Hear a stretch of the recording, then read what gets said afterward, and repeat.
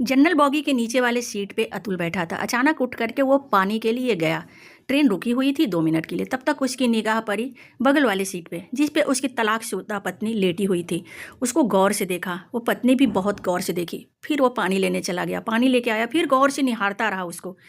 फिर धीरे धीरे बोला कि तुम कहाँ जा रही हो?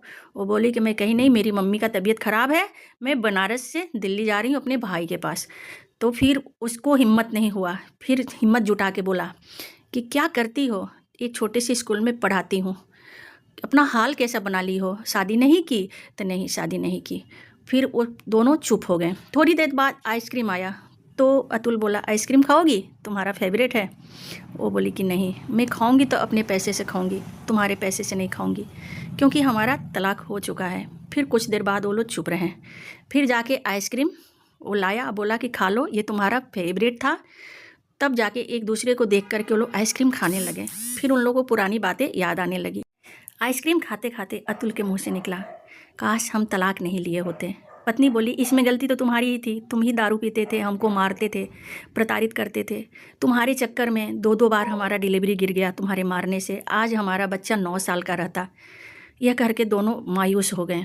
फिर चुप हो गए। कुछ देर चुप्पी के बाद ट्रेन स्टेशन दिल्ली आ गया। अब वो उतर गई। उतर करके वो जाने लगी। फिर अतुल बोला, क्या एक बार हम लोग एक साथ नहीं हो सकते हैं? वो बोली कि शायद नहीं। फिर उसके बाद उसका कदम आगे गया, बस पे बैठी और अपने भाई के घर जाने के लिए। फिर वहाँ पर भी अतुल खड़ा रहा और एकदम निगाह से देख रहा था कि जैसे कि वो रो देगा। उसके बाद पत्नी को भी दया आई, धीरे से कही, क्या क्या करूं, मैं समझ नहीं पा रही हूं। तो वो बोला कि मैं दारू भी छोड़ दिया हूं, मैं अब मारूंगा भी नहीं, और मेरी माँ भी ख़त्म हो गई। माँ का नाम सुन करके उसकी पत्नी को रोना आ गया। काश माँ होती, माँ हमको बहुत प्यार करती थी, लेकिन तुम्हारे गलत व्यवहार से हमको तलाक लेना पड़ा था।